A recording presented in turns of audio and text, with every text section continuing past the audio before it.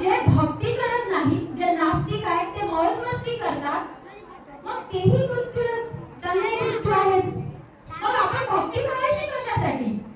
ते मौज मस्ती करतात, सगळं एन्जॉय करतात, तरी पण त्यांना मृत्यू. आपण सत्संग करतो, आपण धार्मिक आहोत, आपण हे सगळं कशासाठी करायचं की आपल्यालाही मृत्यूच आहे. तेव्हा भगवान श्रीकृष्ण फार सुंदर उत्तर देतात. ते त्यांना सांगतात की एक मांजर असते आणि तिची पिल्लं असतात. ती फार तोंडात पकडते त्यांना आणि तोंडात पकडून इतक्या कुरवाळते आणि त्यांना त्यांच्या जागावर व्यवस्थित सोडून देते. नंतर तिला उंदीर दिसतो आणि उंदीर ते दिसल्याबरोबर गिळून करून टाकतो. आता याच्यावरून तुम्ही सांगा काय लक्षात येतं तुमच्या?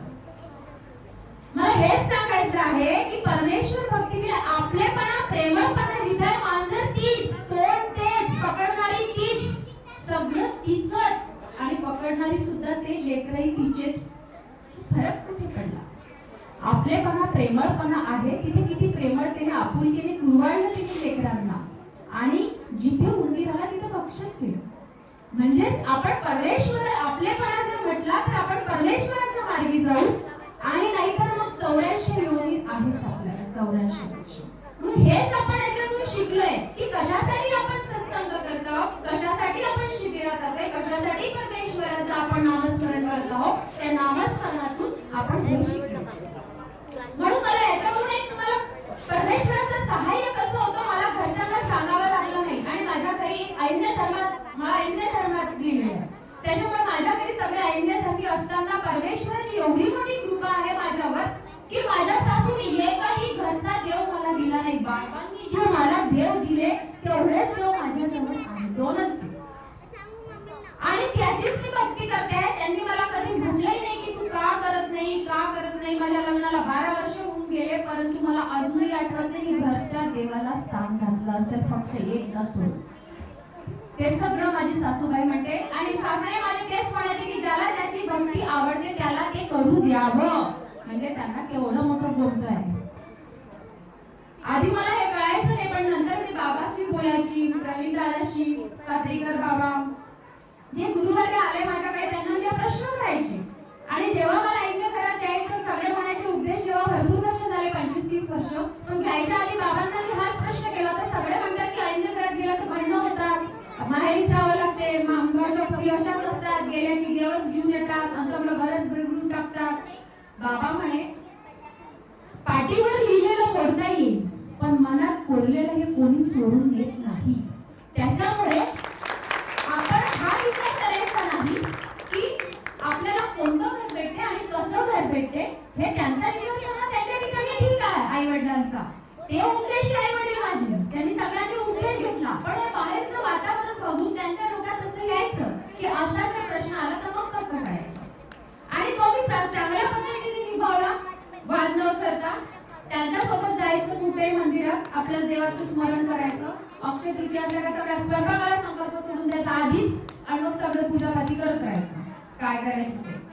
आणि यानंतर आता मला न सांगताच असे अनुभव आले की आम्ही दोघंही ड्युटीवर असताना माझी मुलगी 3 तास कॉन्शियस मध्ये नव्हती, काहीच झालं नाही तिला, तब्येतही चांगली, सगळं चांगलं, शाळेत गेला. आणि त्या 3 तासामध्ये आम्हाला माहिती नाही, त्या दिवशी माझी मीटिंग, माझ्या मिस्टरांची मीटिंग, आणि आम्हाला फोनही आला नाही. आणि आला ते सगळे पेंडिंग होते, आम्ही बघू शकलो नाही. त्याच्यानंतर जेव्हा मला कळलं, हे म्हणाले की तिच्या स्कूल मधून फोन आला आणि पोरगी बेशुद्ध आहे आपली, तिला 5 मिनिटात 2 वेळा अटक आली. पण नेमकं काय झालं हे काही माहिती नाही, त्यांनाही नाही, आम्हाला तर नाहीच नाही. आम्ही पोहोचलो तेव्हा शाळेत गेल्याबरोबर तिच्या याच्यामुळे त्या रडू लागल्या तसंच. आम्ही म्हटलं असं काय झालं पोरीला, पण आम्ही शांत होतो की काय झालं पहिले बघूया. माझी पोरीला त्या घेऊन आल्या आणि माझी पोरगी म्हणते मी दिवसभर शाळा करते. आम्ही फक्त पोहोचलो आणि तिच्या याच्यामध्ये 5च मिनिट झाले, तिने डोळे उघडले. मग आता हे सगळे म्हणे, आणि तिच्या सगळ्या टेस्ट केल्या पायापासून डोक्यापर्यंत, सगळ्या नॉर्मल, काहीच नाही. आणि दुसऱ्या दिवशी तिला औषधी वगैरे दिल्या गेल्या, त्या द्यायच्या की नाही द्यायचं हे डॉक्टरलाही प्रश्न पडला की बा तिला औषधी द्यायचं, कारण सगळे रिपोर्ट नॉर्मल आहे, ताप नाही, काही नाही, काहीच नाही. मग अशा परिस्थितीत तुम्ही काय म्हणाल की एवढी मोठी परमेश्वराची शक्ती आहे ना की जे 3 तास जबाबदारी आणि आम्ही दुसऱ्यांचे लेकरं आमचे म्हणून सांगतो तेव्हा आमच्या लेकराला कोणीतरी परमेश्वरच पाहत असतो. हे आम्हाला त्याचं म्हणजे खरं रूप दिसलं. दुसरा प्रसंग आता 8 महिन्याच्या आधी माझ्या मिस्टरांचा ऍक्सिडेंट झाला. काहीच कारणे सकाळी 9ची वेळ. शाळेच्या समोरासमोर पोहोचल्यावर एक गाडी आली आणि धाडकन गाडीला ठोस दिली आणि हेल्मेटचे पूर्ण तुकडे झाले. सगळ्यांना असं वाटलं की अघटित घडलेला आहे आणि गेल्या. माझ्याकडे सगळ्या कारवर आल्या. आम्हाला काहीच माहित नाही. त्या दिवशी माझं बीपी लो झाला म्हणून मी घरी होती, सुट्टी टाकली. आणि जेव्हा आम्हाला 11:30 पावणे 12च्या दरम्यान त्यांना घरी आणलं तेव्हा आम्ही ओळखू नव्हतो शकत आमच्याच माणसाला. एवढं डोक्यापासून पायापर्यंत बँडेज होतं. ते आम्हाला ओळखत नव्हते. घरात आले तर 5 दिवस त्यांनी आम्हाला ओळखलं नाही. कोण कुठे आलो काय आलो फक्त फिरत आहे एवढंच वाक्य बोलायचे. घरात आलं त्यांचे प्रिन्सिपल व्हाईस प्रिन्सिपल सगळे घरी आले. 7-8 गाड्या आल्या. त्याच्या मग पॅरेंट्सच्या गाड्या आल्या. नेमकं त्यांना हेच वाटत होतं ते जिवंत नाही म्हणून ते आमच्या घरी आले. पण त्यांना हे बसले दिसले आणि सगळे म्हणायचे की तरी तू घरी कसं काय ठेवलं त्यांना. प्रिन्सिपल म्हणे 1 तासात नंतर त्यांचा रिपोर्ट येणार आहे ब्रेनचा. स्कॅनिंग केलं आहे तेव्हापर्यंत आम्ही इथे थांबतो कारण आमच्या शाळेसमोर झाले आमची जबाबदारी. ठीक आहे म्हटलं बसा. त्यांनी बसता बसता विषय असा काढला की आपल्या इथे सुपर स्पेशालिटी हॉस्पिटल आहे रेडियंट, तिथे आपण नेऊया आणि तिथे नागपूरचा डॉक्टर येतोय. आणि मी एवढ्या कंडिशन मध्ये त्यांना विरोध केला की मी तिथे माझ्या मिस्टरांना नेणार नाही त्या हॉस्पिटलमध्ये. मी माझ्या मिस्टरांचा 1 तासात रिपोर्ट आल्यावर मी नागपूरला घेऊन जाईल परंतु मी इथे नेणार नाही कारण मला त्या सुपर स्पेशलिस्टची गोष्ट चांगली माहिती होती. आणि मी म्हटलं दुसरे डॉक्टर आहेत त्यांच्याकडे मी नेते आणि ते काय त्या रिपोर्ट वरून सांगते मला एवढं फक्त बघू द्या आणि मग मी करते. माझ्या सासूबाई त्यांना बघून त्या निशब्द होऊन गेल्या होत्या की आपलं पोरगं असं काय झालंय नेमकं. आणि सगळं म्हणायचे की त्यांच्या डोक्याला इतका मार आहे की ते काहीच आपण सांगू शकत नाही. 1 तासाने रिपोर्ट आला. आम्ही डॉक्टरकडे गेलो. ते सतत माझ्या मागे लागले की नाही मॅडम तुम्हाला माहिती नाही की आम्हाला हेल्मेटचे तुकडेही दिसले नाही. इतका भयंकर हादरा होता. मी म्हटलं ठीक आहे ना. मी स्मरणच करत होती, सतत स्मरण करत होती. मी काहीच रिॲक्ट केलं नाही त्यांना. फक्त एवढंच वाक्य बोलले की मला फक्त रिपोर्ट बघू द्या.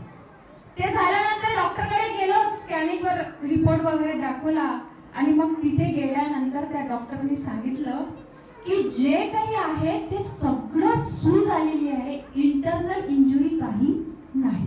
तिथे मला एकदम लांब श्वास घेतला मी की चला परमेश्वराचं सहाय्य आपल्याला चांगलं झालं की इंटरनल इंजुरी काही नाही. जे आहे ते सगळं बाहेरून हादऱ्यामुळे सूज आलेली आहे.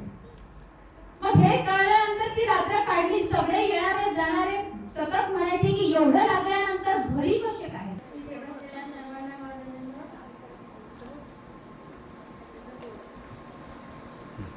वरती करतो.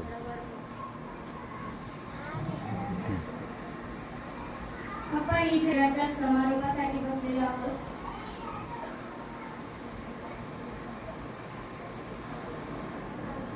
मला अभिमान आहे की मोठे बाबांचे शिके आहे. मोठे बाबा माझे गुरु आहेत. मी त्यांच्या सन्निधानात राहते आणि माझ्यासारखाच तुम्हालाही अभिमान असेल की तुम्ही सर्व भाग्यवान आहात इथे बसलेले. बाबा सर्व जीवांसाठी इतकी तळमळ करतात की त्यांचा सकाळचा सात्विक काळ सोडून देवधर्म सोडून सगळ्यांसाठी सर्वांवर लक्ष ठेवतात. ते आपले अमृततुल्य वेळातला वेळ काढून आपल्याला प्रबोधन करतात. आपल्याला शिबिर हे मुलांच्या संस्कारासाठी आणि परमेश्वराची ओळख करून देण्यासाठी 32 वर्षापूर्वीपासून त्यांनी सुरू केले आहे. मी बाबांना इतके काही त्यांच्याबद्दल बोलू शकत नाही. त्यांच्यासाठी खूप काही आहे पण आठवत पण नाही. मी त्यांच्यासाठी फक्त 2 शब्द बोलणार आहे की बाबा जे करतायत कार्य त्यात मी पण सामील होईल आणि बाबांची सगळ्या गोष्टीवर त्यांची आज्ञा धारक राहील. धन्यवाद तुला.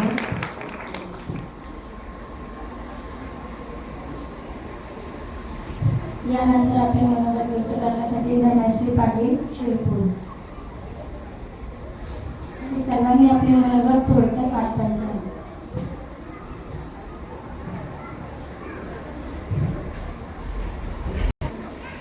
इथे जमलेल्या सर्व साधू संतांना आणि माझ्यासोबतच जे शिबिरार्थी आहेत त्या सर्वांना माझा दंडवत करा. मी जास्त काही नाही बोलणार. मी फक्त माझे अनुभव खरंच बोलून म्हणजे फार कमी वेळात सांगेन. माझ्या माहेरी उपदेशी आहेत आणि मला अन्य घरात दिलंय. आणि जेव्हापासून लग्न झालं तेव्हापासून मला एकच दुःख असायचं, अरे बापरे इकडं हेच नाही भेटत, मग असेच प्रॉब्लेम येत आहेत, हेच येत आहे. आणि त्या याच्यात ती एवढी गुरफटली होती की हे विसरूनच गेली की त्याच्यातून आपल्याला मार्ग काढता येतो. इथे आल्यानंतर अनेक जणांचे अनुभव ऐकून मला खरंच आता चांगलं वाटतं की हा जर देवाने आपल्याला अन्य घरात जर दिलेलं आहे तर त्याच्यामागे परमेश्वराची इच्छा असू शकते की आपण त्या घरात गेल्यावर त्या घरातील इतर जीवांना आपण उपदेशी करू शकतो. आपण एक निमित्त मात्र असू शकतो की आपण इतर जीवांनाही उपदेशी बनवून त्यांच्याही जीवाचा उद्धार करू शकतो. आणि दुसरं म्हणजे इथं आल्यानं आपण घरी असताना भरपूर सारे विचार आपल्या डोक्यात चालत असतात. त्याच्यामुळे आपल्याला जे आधीचं ज्ञान आहे त्याच्यावर मलिनत्व देखील चढून जातं. इथे आल्यानंतर माझं ते सगळं मलिनत्वही दूर निघालेलं आहे आणि मला इतकी मानसिक शांतता भेटली आहे की मी त्याचे वर्णन शब्दात नाही करू शकत. आणि जसं बाबांनी सांगितलं की शिबिरमधून गेल्यावर तुम्ही काय करणार आहात, तर बाबा मी सगळ्यात आधी अभ्यास करून माझं ज्ञान वाढवणार आहे. म्हणजे जेणेकरून कोणी मला प्रश्न विचारला तर त्याच्यासोबत भांडण न करता मी माझ्या ज्ञानाने त्यांना उत्तर देऊ शकेल, त्यांना पटवून घेऊ शकेल आणि त्यांना हे मान्य करायला लावेल की अनुभव पंथ सगळ्यात श्रेष्ठ आहे आणि परमेश्वराची एकनिष्ठ भक्ती हा एकच मार्ग आहे जर आपल्याला जीवाचा उद्धार करून घ्यायचा असेल. तुम्हीही तेच करा, ज्ञान घ्या, अभ्यास करा आणि बाबांनी सांगितलेल्या सगळ्या आज्ञांचं पालन करा. दंडवत प्रणाम. धन्यवाद ताई. आता याच्या दंडवत प्रणाम. मी जास्त वेळ नाही घेणार पण माझ्या आयुष्यात खरंच परमेश्वर असतो का असा घडलेला एक अनुभव तुम्हाला सांगणार आहे. मी वयाच्या 4थ्या वर्षी लोणारकर बाबाचा उपदेश घेतलेला आहे. कोलाऱ्यात एका दिवसाचं शिबिर ठेवलं होतं. त्या शिबिरात मला वयाच्या 4थ्या वर्षी उपदेश काका काकूंनी दिला होता. ते उपदेश म्हणजे काय म्हणजे एका दिवशी शिबिरात कळले नाही आणि परमेश्वर काय देव काय काहीच कळले नाही. असे करता करता माझं कॉलेज 12वी झालं आणि नंतर लग्न झालं. लग्न झाल्यानंतर मी अन्य घरात गेले. अन्य घरात गेल्यानंतर मी त्यांच्यातच गुरफटले. त्यांच्यातच 2-4 वर्ष गुरफटले. त्याच्यानंतर मला मुलगा झाला. मुलगा झाल्याच्या नंतर 2-3 वर्ष गेले. मुलगी झाली. मुलगी एकदम छोटी 4 महिन्याची होती आणि त्या मुलाला बाहेर बाथरूमला नेण्यासाठी नेण्यात आले तर त्याला पिसाळं कुत्रं डसलं. पिसाळं कुत्रं डसलं आणि मग मुलगी 4 महिने मुलीला टाकू शकत नव्हती आणि मुलालाही सोडू शकत नव्हती. आणि ऍक्च्युली म्हणजे तुम्ही सगळे पाहू शकता माझा मुलगा सोबत आहे, माझी मुलगी सोबत आहे. कुत्रं डसलं तर कुत्रं कुठंच डसलं. कुत्रं हे पूर्ण दगडा त्यांनी तोंडात भरून घेतलं. ते पूर्ण फाटलेले तुम्ही सगळे पाहू शकता. त्याला असे टाचे पूर्ण म्हणजे जबार बी फाटलेलं होतं आपलं. मग आता करावं काय, तुम्ही दवाखान्यात त्याच्यासोबत जायचं तर मला जाऊ देत होती कारण 4 मुलीची मुलगी होती. त्याच्यासोबत जाशील तर मुलगी येईल आणि मुलीला सोडशील तर मुलगा येईल. काय करते मग आता काय करावं. मग हे जो विचार मी उद्देश घेतला हे माझ्या डोक्यात त्यांच्यासोबत राहून विसरून गेले होते आणि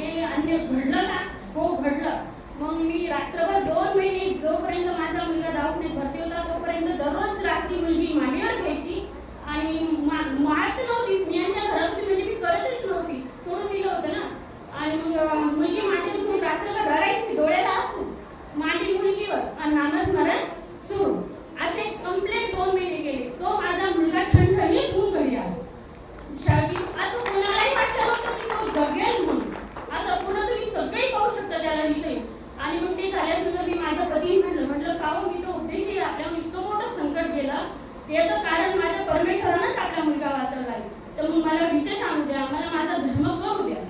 तर ते म्हणले नाही, हे सगळं देवानं कुठं जीव जगायला लागले का म्हणे, डॉक्टर लोक काय केलं. ते मी त्यांना काही त्यांचं प्रत्युत्तर देऊ शकले नाही.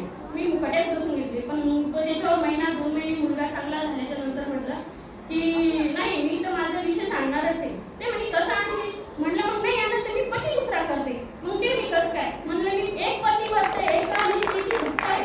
मी माझ्या आईवडिलांना उपदेश केला ना, तुमच्यासोबत लग्न केलं. मी तुमच्यासोबत लग्न केलं, 2, 4, 5 वर्ष राहिले. आता 5 वर्षानंतर मी जर दुसरा पती केला तर मग ते म्हणे असं कसं जमल, दुसरा पती तू कशी करू शकशील. म्हणलं मग मी एका देवाची भक्त आहे, मग मी दुसऱ्या देवाची कशी होऊ शकेल. मी 10 वर्ष तुमच्यासोबत 4 वर्ष काढले, ते मी तुमच्या दबावात खाली काढले, मी आचरणात नाही आणले. पण माझ्या मनात कोरलेला भक्ती, माझा देव माझ्या मनात आहे आणि तो मी आता करणारच. मग ते 2-3 दिवस गेल्याच्या नंतर मग ते स्वतःवरच म्हणू लागले, तुला जे करायचं ते कर. यातून मला एकच सांगायचं की परमेश्वर आहे. ज्याच्यावर दुःख आलं ना त्याला परमेश्वर कळतो. परमेश्वर आहे की नाही.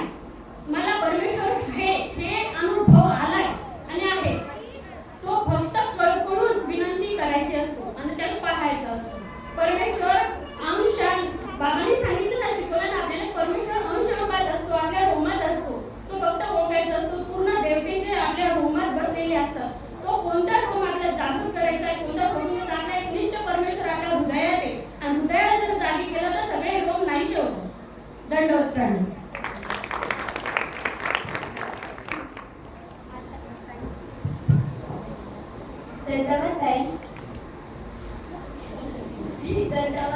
आता भाग्यश्री गुरु लोणारकर आपले मनोगत व्यक्त करण्यासाठी येणार आहे. सर्वांनी आपल्या शिबिरातले अनुभव सांगायचे आहेत. सर्वांनी नाश्ता केला नाही केला. अरे हो की नाही. जोरात म्हणा, केलाय का. मग सर्वांनी काय कसा. मी जर का तुमच्याकडे बघितलं ना तर मला डायरेक्ट झोप येते. त्याच्यामुळे सर्वांनी काय कसा बसले का. ठीक आहे. सर्वप्रथम परमपूज्य परमहंत आदरणीय प्रातस्मरणीय गुरुवर्य महोदय चिंतक श्री मोठे बाबा यांना माझा दंडवत. तसेच आत्याबाई यांनाही माझा दंडवत व सर्व इथं तपस्वी संत मंत वासनिक उपस्थित असलेल्या सर्वांना माझा दंडवत. आज शिबिराची समाप्ती ही तर तुम्हालाही माहित असणार. आपण 5 दिवस खूप नवीन नवीन गोष्टी शिकलो. शिकल्या ना सर्वजण नवीन नवीन गोष्टी. अरे जोरात म्हणा, शिकले की नाही. ठीक आहे. मग ते लगेच विसरायचं का. नाही ना. तर मग आपण घरी जाऊन ते दररोज वाचायचे, ते आठवायचे, सर्वांना समजून सांगायचे की शिबिर म्हणजे काय, शिबिरात काय काय शिकवले जाते, चतुर्वेद साधना म्हणजे काय, अनादीचे 4 पदार्थ म्हणजे काय. सांगणार का सर्वजण. नक्की. माणसे आवाज नाही येते. सांगणार का. इकडचे खरंच. ठीक आहे. तर आज शिबिराची समाप्ती. आपण 5 दिवस खूप नवीन नवीन गोष्टी शिकलो. काल आपण पेपरही दिला. आज आपल्याला सर्वांना बक्षीसही भेटणार आहे. आपण शिबिरात शिकलो. आता तर तुम्ही खूप संख्येने उपस्थित आहेत. पण तुम्ही तुमच्या मित्रमैत्रिणींना पण पुढच्या वर्षी घेऊन यायचे आहे. सर्वांना सांगायची समजून की शिबिर म्हणजे काय. आणि आता तुम्ही प्रत्येकाच्या घरातून एकेकाला असणार, बरोबर ना. पण पुढच्या वेळेस असे झाले नाही पाहिजे. पुढच्या वेळेस तुमच्या मम्मीला, पप्पाला, बहिणीला, भावाला सर्वांना घेऊन यायचे आहे. सर्वांना सांगायचे की सकाळी 3 वाजता उठायचे. 3 वाजता उठून परमेश्वराचे स्मरण करायचे. जरी 3 वाजता उठले नाही झाले तरी 4 वाजता उठण्यास पाहिजे. उठणार का सर्वजण सकाळी 3 वाजता. स्मरण करणार का.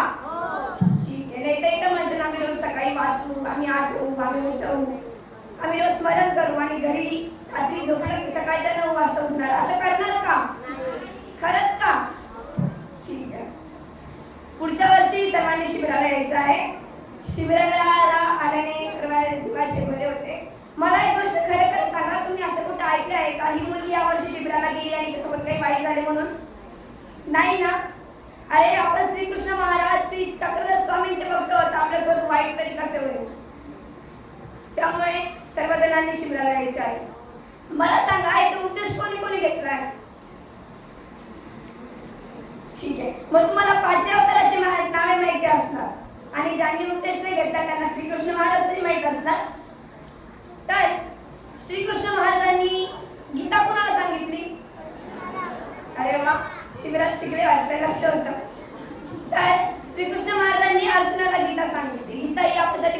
महत्वाची आहे.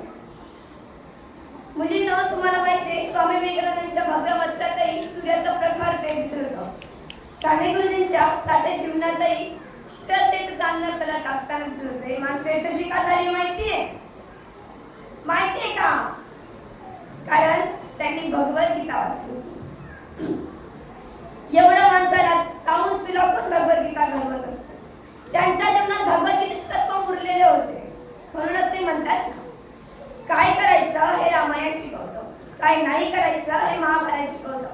अरे काय करायचं हे रामायण शिकवतं, काय नाही करायचं हे महाभारत शिकवतं. आणि जीवन कसं जगायचं, जीवनात कसं वागायचं हे भगवद्गीता घडवत असते. त्यामुळे सर्वांनी भगवद्गीतेचा अभ्यास केलाच पाहिजे. करणार का सर्वजण भगवद्गीतेचा अभ्यास?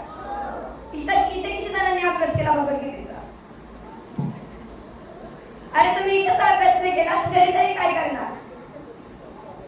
तुम्हाला सतत बाबा म्हणत होते की अभ्यासाला या, अभ्यासाला या. कोण कोण गेलं होतं? एवढेच. अत्तराने कपड्याला सुगंधित करताय ना, ही काही मोठी गोष्ट नाही. परंतु आपल्या कर्तृत्वाने व कर्तृत्वाने आपल्या आचरणातून ती ज्ञान परंपरा सर्वसामान्यपर्यंत पोहोचवण्याचं काम करून स्वतः सोबतच इतरांचं जीवन सुगंधित करणारे व्यक्तिमत्व म्हणजे या शिबिराचे प्रवचक श्री बाबाजी. बाबांबद्दल बोलताना मी इतकंच म्हणेन, बाबा तुमचे शब्द म्हणजे शिंपल्यातले मोती, दाही दिशा उजळणाऱ्या प्रकाशमय होती.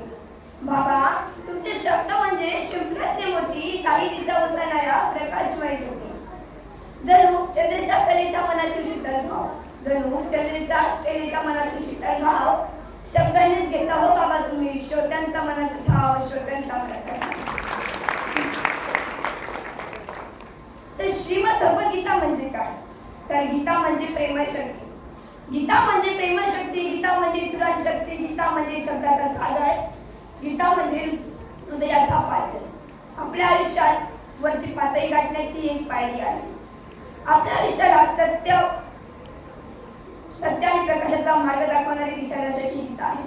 आध्यात्मिक ग्रंथात श्रेष्ठ ग्रंथ मानला जाणारा म्हणजे गीता ग्रंथ. भारताचे राष्ट्रपती महात्मा गांधी यांनाही गीतेने भारावून टाकले होते. त्यांनी तर म्हटलेच आहे, जेव्हा कधी शंकाचं काहून असतं, डोक्यामध्ये कोल्हार सुरू असतं, नैराश्य समोरच असतं, दुर्लक्षतेच्या पर्यंत बघितलं तरी नैराश्य अशाच अज्ञात दृष्टीचाही परत नाही, तेव्हा मी गीतेकडे वळतो. अशा एका श्लोकाचा आधार घेतो की जो मला आधारभूत वाटतो. तो म्हणजे कोणता? कर्मण्येवाधिकारस्ते मा फलेषु कदाचन.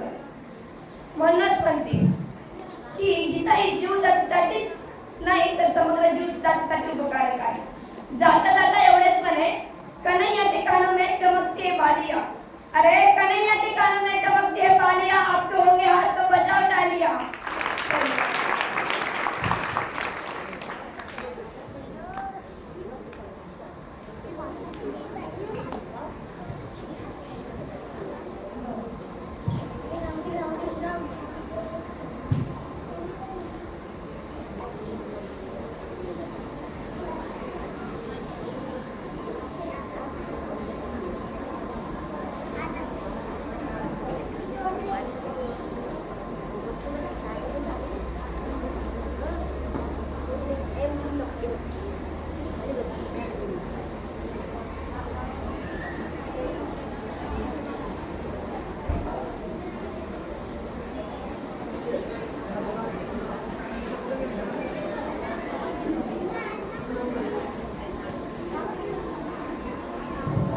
शिबिराला शिकवणारे सर्व शिक्षक वर्ग इथे समोर यायचा आहे.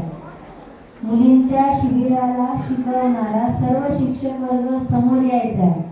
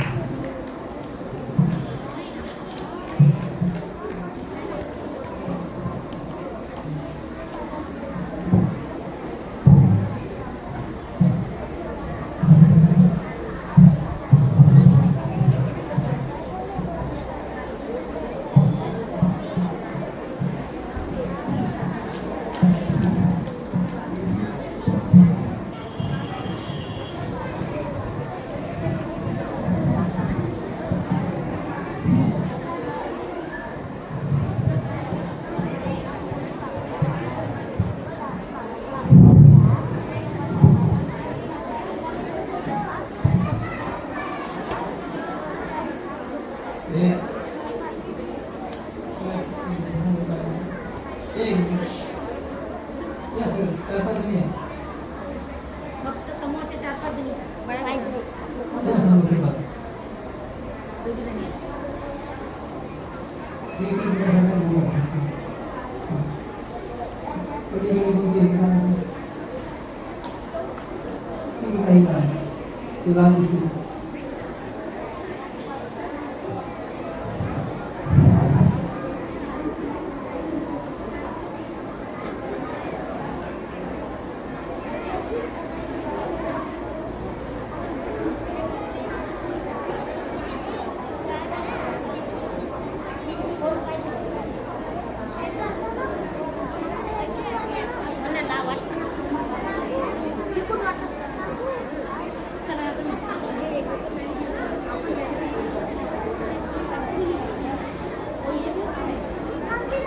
येऊ काय इथून मुलांनी द्यायचे का तुझी विचारून घ्या बरं.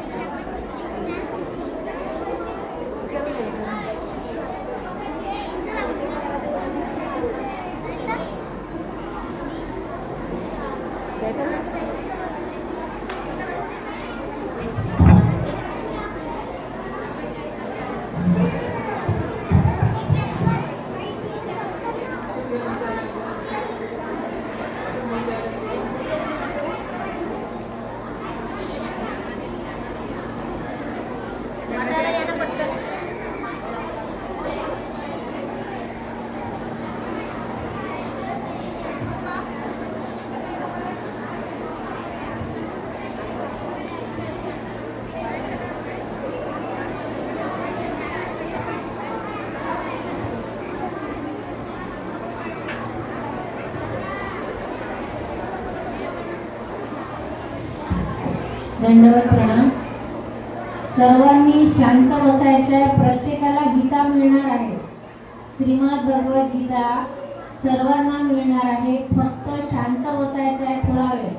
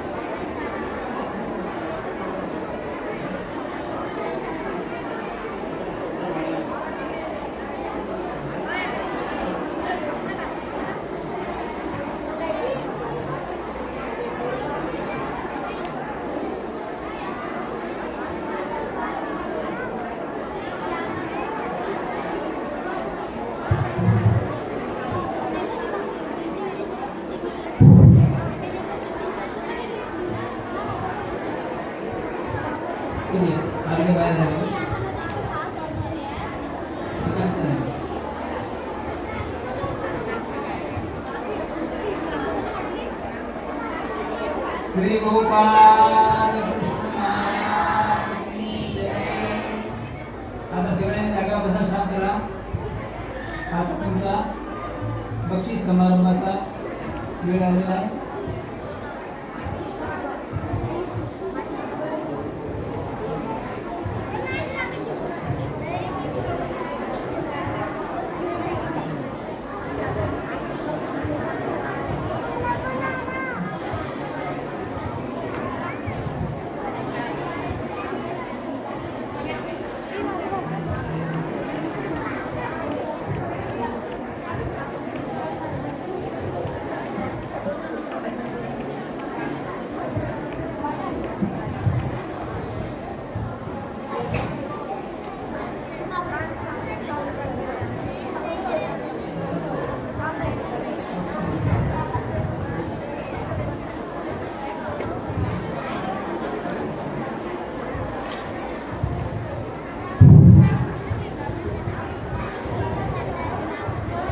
शांत बसा, बोलू नका.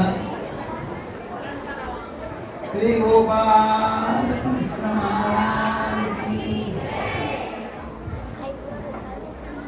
आता आपल्याला गीता कशी वाचायची हे 10 मिनिटात मी सांगणार. अगदी शांत राहा आणि गीतेचा श्लोक पहा. बाकीच्याला गीता येतात ते पाठीमागे तुम्ही काय करतो कलिंगड करून तिकडून वाटा.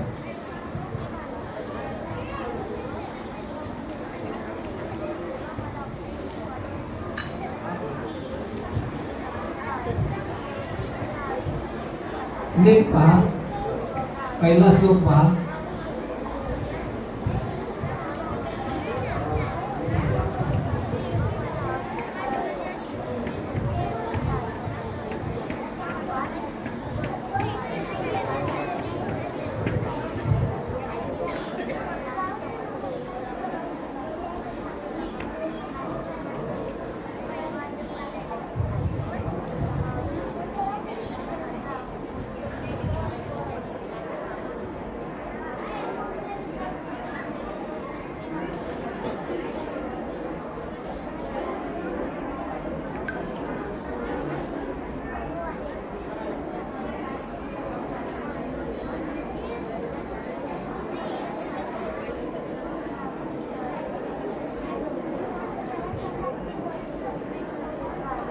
भगवद्गीता वाचताना मुळात हे लक्ष ठेवायचं असतं. अगदी बोलू नका, बोलणारे कोणाला बोलू नका, कोणी समोर बोलू नका, अजिबात बोलायचं नाही. हे लाईन बोलू नका, नीट बसले, लाईन मध्ये बसा.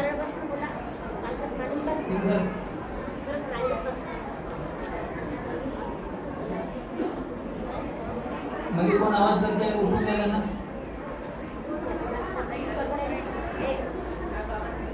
ते बोलत असं त्यांना उठून द्यायचं. शांत बसा. जो बोलेल त्याला इथून देण्यात येईल. सगळ्यांना बक्षीस प्रमाणपत्र पाहिजे आहे ना? शांत बसा.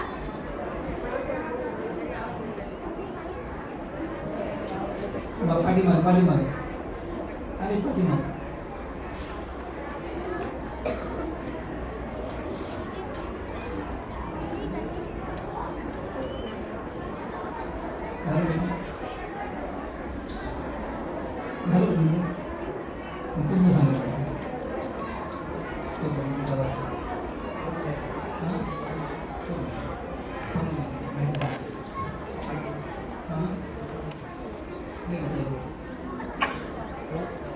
आपल्याला पहिल्यांदा स्क्रीन दाखवतात, त्यांची तयारी झालेली आहे. ते माहिती सांगतील पहिल्यांदा, शांततेने ऐकायची आहे, मध्ये अजिबात कोणी बोलायचं नाही. ऑनलाईन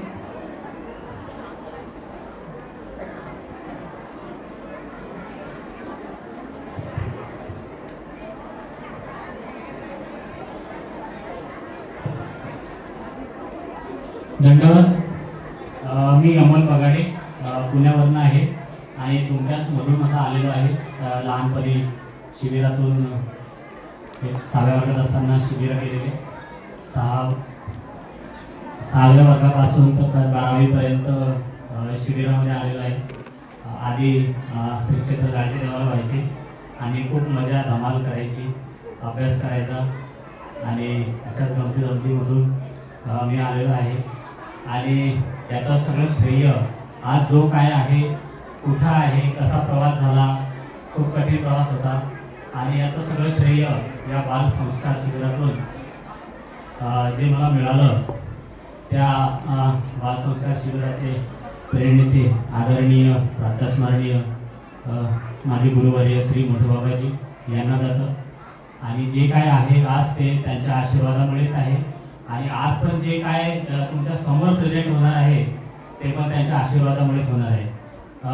पुन्हा फुलाची पाकळी देण्याचा तरी पण मी असा विचार केला होता की आपल्याकडनं काय होईल.